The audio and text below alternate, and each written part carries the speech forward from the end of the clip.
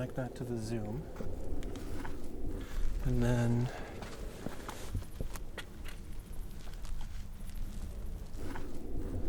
ground it. This back over here.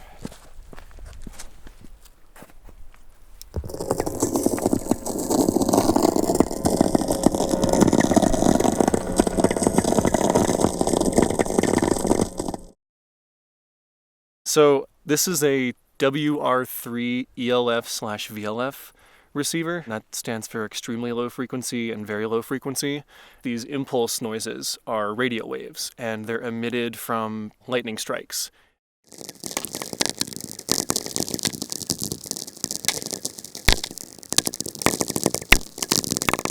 This thing picks up lightning strikes from within 2,000 miles in circumference from where we're standing, and those are going to mostly be heard as pops and cracks. The louder the pop, the closer the lightning is, or the more intense it was. So when you hear other interesting sounds like tweaks, those are lightning strikes from even further distances away. These are radio waves. So what this receiver does is it transduces them from one vibratory axis to another, which would be the radio axis to the acoustic axis.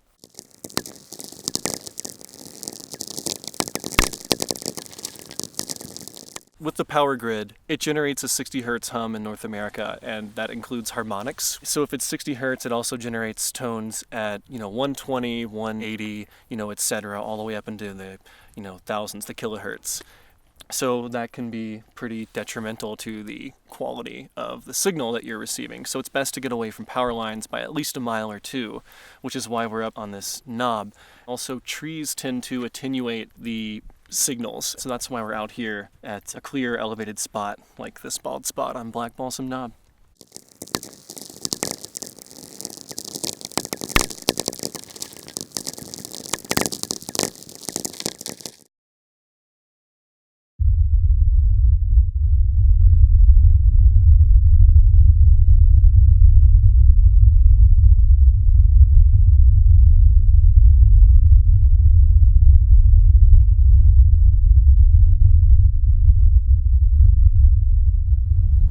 This is the actual recording that will be featured in the reel, and it's a conversion of the actual seismic data taken from the Pisgah Astronomical Research Institute's seismometer.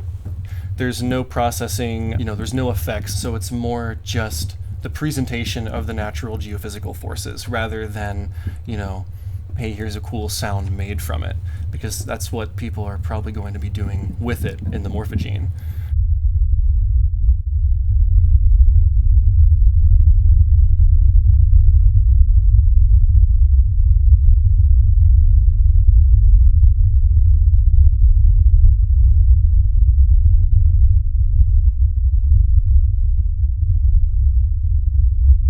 These waves are occurring at massive magnitudes, and when you listen to them, it's like turning the surface of the earth into a sounding board of sorts, and it unfolds over deep geologic time. These waves circumnavigate the earth multiple times, and it's such a slow process that listening to these waves is like a practice of studying deep time and thinking for the long term.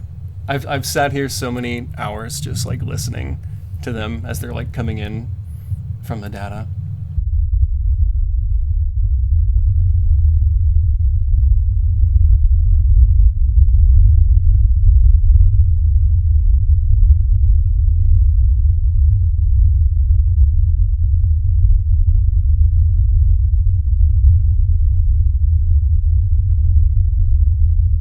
In listening to this, we're listening to the forces of an active Earth. It really helps us attune to the fact that we are produced and we come about as individuals on the planet, on the surface of the Earth, through these forces, through these waves, through these non-human forces, and they have a ton of agency, and they're beyond our scales of experience of directly feeling, sensing, hearing them. So bringing them into us is a nice practice of attunement and orienting oneself toward long-term thinking and deep thinking like that.